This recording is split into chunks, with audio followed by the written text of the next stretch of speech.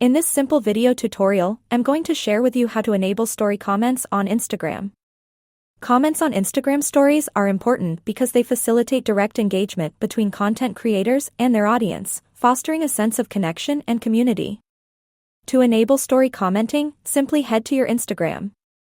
On your profile page, tap onto these three lines to access your settings and activity.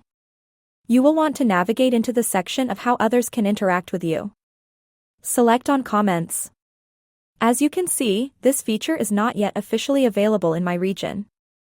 If you too can't access the story commenting option, simply get back to your profile. Tap on your profile icon like you want to add a story. Select on this settings icon. Inside the camera settings, select on the option of story. You will see this option of commenting. Select on Allow Comments. To allow people to comment on your story, simply mark on Everyone. Whenever you share a story, anyone will have access to leave a public comment.